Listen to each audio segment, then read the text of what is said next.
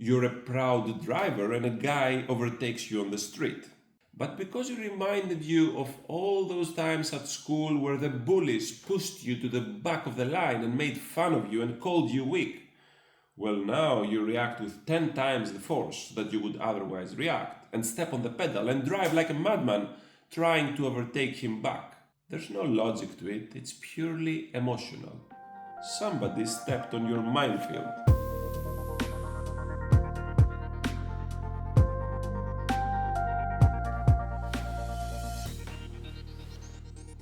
Today, we'll use Noesis Theory to discover how emotional experiences shape our brain to be a minefield of bottled emotions, ready to explode if you say the wrong word or do the wrong thing, and how you can diffuse such minds in yourself, how you can tiptoe around the minds of other people, and finally, how this mental model can support you in raising children that are more emotionally stable.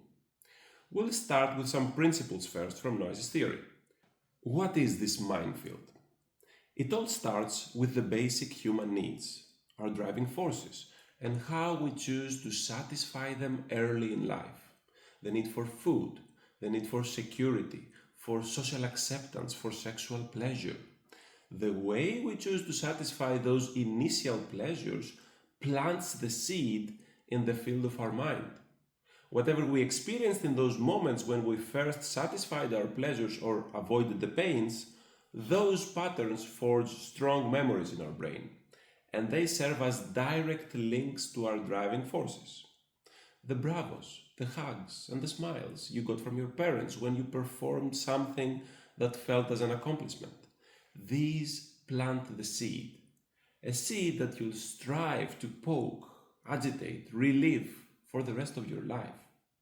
Even after your parents are long gone, you may still be striving to accomplish something to bring back the memory of that reward. Your first love, your first kiss, your first orgasm, the first video game you ever played, the first time you bought something with your hard-earned money.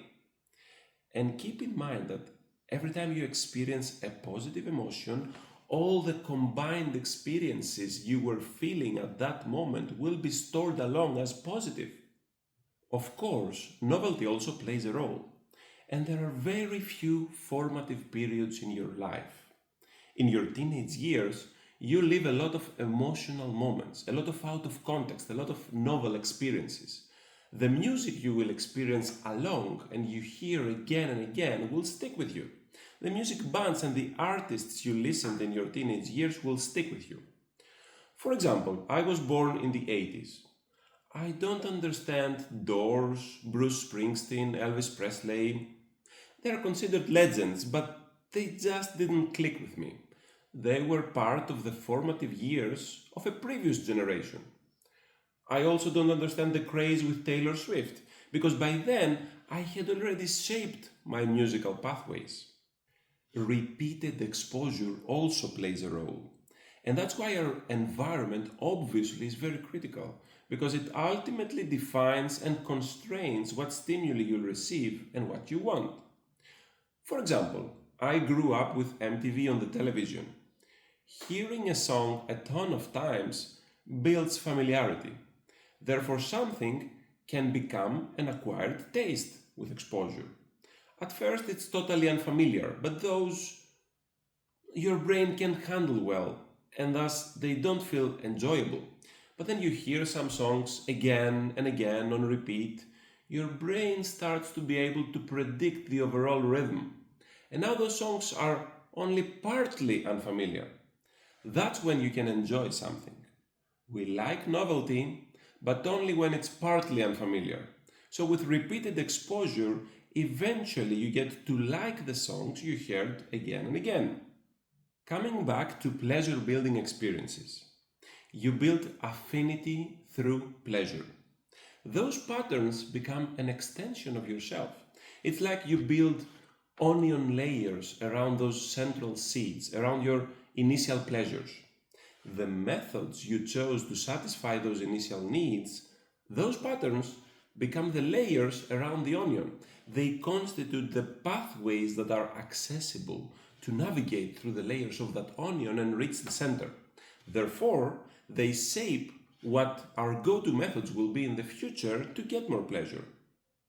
And yes, of course, there's plasticity, and you will build more pathways, and your tastes will change.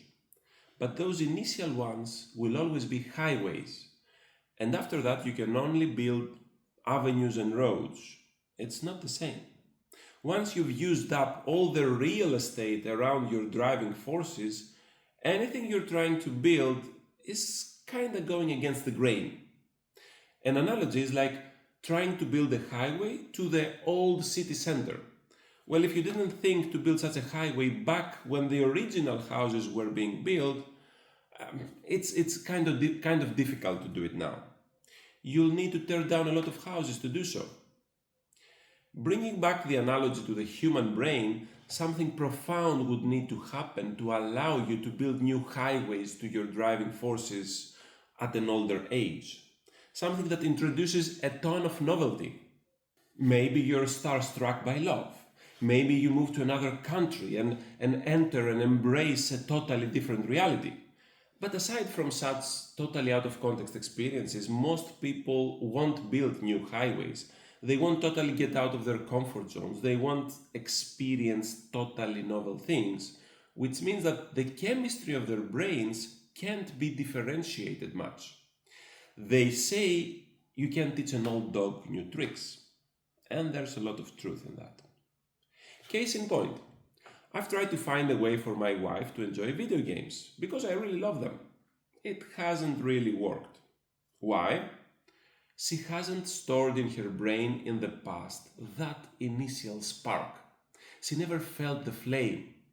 So when I ask her to play along with me, there's no promise of pleasure to pull her in. My spoken words don't penetrate through the onion layers because she has built different pathways around those driving forces. Sure, she might accommodate a request as a favor to me, but this is not intrinsic motivation. This is an attempt to avoid the discomfort she would feel if she saw the disappointment in my face and my attitude. Whereas to make it stick, it would need to be an internal force, a promise of pleasure. But if she hasn't built that pathway at the right time, it's much more difficult to do it later. The real estate is already used up, and there's no easy way to build a subway. Side note, drugs build a subway connecting directly to your driving forces because they are able to radically alter your brain chemistry at any age. And that's why they're also very dangerous. Coming back to the principles of pleasure. The same principles are absolutely valid for pain, not just pleasure. With the only difference that you can feel pain at any period in your life and for many different reasons. That's why if you're not careful in life, you can experience a lot of pain and plant a lot of seeds across the field of your brain. So by the time you're a grown person, you have a minefield in your brain. It's all the emotional baggage we carry, and the psychologists try to go back to the root to figure out which experience was at the center of each. So let's use a bit of Noesis Theory to see how the minefield affects our behavior. As per Noesis Theory, for every unexpected stimulus that comes, we do emotional evaluation. In other words, we place a pattern on the minefield of our brain and check to see if it activated any mines. Depending on where you've planted those mines, maybe nothing will happen, or maybe something will blow up. We also do future prediction. It's like widening the search on the minefield. It's not only a search for this exact pattern, but for all probable continuations of this pattern. For example, you're a proud driver and a guy overtakes you on the street. It's not the overtake that's the problem, that's harmless. Probably you weren't in any danger. But because it reminded you of all those times at school where the bullies pushed you to the back of the line and made fun of you and called you weak, well, now you react with 10 times the force that you would otherwise react and step on the pedal and drive like a madman trying to overtake him back. There's no logic to it, it's purely emotional. Somebody stepped on your minefield. This pattern of getting pushed back, it pierced through the layers of the onion and reached the center. It hit a landmine that had been stored long time ago and it blew up. Oh, and it's obvious, but it must also be said. Unlike a regular minefield, unfortunately these mines in our brain are not a one-off thing. They can and will blow up again and again and again. And that's a good thing if it's about positive stored emotion, because it's analogous to trying to excavate some precious metals or rare earth minerals. It's good that you can extract a lot of positive emotions from the pattern again and again. You wouldn't want to get it all in one go. But it's also a bad thing if it's about negative stored emotion. Because if you've built minds around the pattern that can blow up again and again, then you might need to tiptoe around and avoid that pattern for the rest of your life. And not just you, but also the people around you, because the environment defines to a large degree what stimuli will enter your brain and potentially trigger your minds. So what's the practical advice from all this? What can we learn and use in our daily life? First, try to be cognizant of how this minefield is built inside you. Chances are you've already built most of it by now, but you can at least recognize the highways that are built and decide whether they are for the better or worse. What are your main sources of pleasure? Are they all good? Maybe you're addicted to substances, sugar, smoking, alcohol, or worse. Maybe you're addicted to gambling. Maybe you're addicted to receiving constant signals of social acceptance from others because you haven't built the pathways to get them from yourself. And if you find that you don't like your highways, then maybe you can give it your best shot to shape some avenues with different pleasure methods. We'll dive more into this in a future video. Second, if you're bringing up a child, be mindful to shape the environment and the stimuli so that your child's minefield is set up for success. You are the person, along with your spouse, that can significantly influence the conditions and the patterns of how your child gets reward from other humans. Yes, eventually your child will strive to get such rewards from society. But the seeds are those first social rewards that you will provide. They will shape the first layers of the onion around the driving forces of your child's brain. This is a superpower on your child's character development, so use it wisely. Third, when you interact with people, be aware of the minefield in their brain. There are certain words, certain concepts that maybe have a lot of negative emotion bottled up in them and can explode if you step too close. It depends where those minds have been placed on their past experiences. And of course, there's the opposite as well. You can try to find and remind them of the good past experiences. This will activate minds with positive emotion and influence positively the whole interaction. A trick that I've seen happening at the job interviews or negotiations is to ask or get asked a question about your children. Since most people have probably stored positive emotions around those patterns, by activating this topic, you're bringing those emotions to the surface, like triggering a positive mind on that person's brain minefield. After that, the person's attitude towards you might be more positive, even by a little bit. Or the other example. Sometimes we're exceptionally kind to other people just because they remind us of a loved person of ours. Or sometimes they remind us of our younger self. That can happen because they activated those positive minds in the minefield of our brain. Finally, coming back to negative minds and negative emotions. Taken to the extreme, the advice of being aware of the minefield of some people means that sometimes the best course of action is to get away from some people.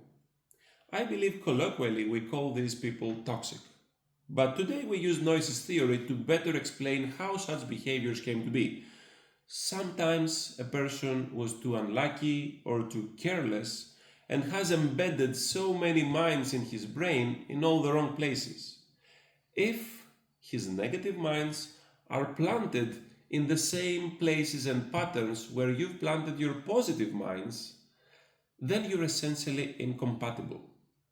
Recognize it for what it is and take action to distance yourself.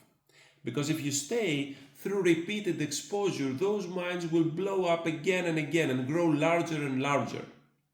We've all heard of married couples or relatives that snap and do something very bad to each other for seemingly mundane reasons. It's typically because through repeated exposure they allowed the minds to grow so big to the point that they became a bomb. If I had to summarize all the advice I'm giving you today, it's: let's recognize the minefields in our brain to gain insight on how to behave better and also help others to be their better selves. It's a pathway for greater emotional maturity and will provide tremendous benefits to you. Recognize unwarranted emotional responses, both in yourself and in others, and ask why, using the rational part of your mind to acknowledge that each person has unwillingly developed such a minefield in his brain and has sensitivities of specific topics, as well as pleasure centers towards which they gravitate. And many times they had very little control over how this was built because it was done quite early in their life and unconsciously. Just this realization can reduce the negative emotional burden that such experiences can have on you and allow you to evaluate the interaction with a clear eye and decide if and how you should strive to make it healthier, or just walk away.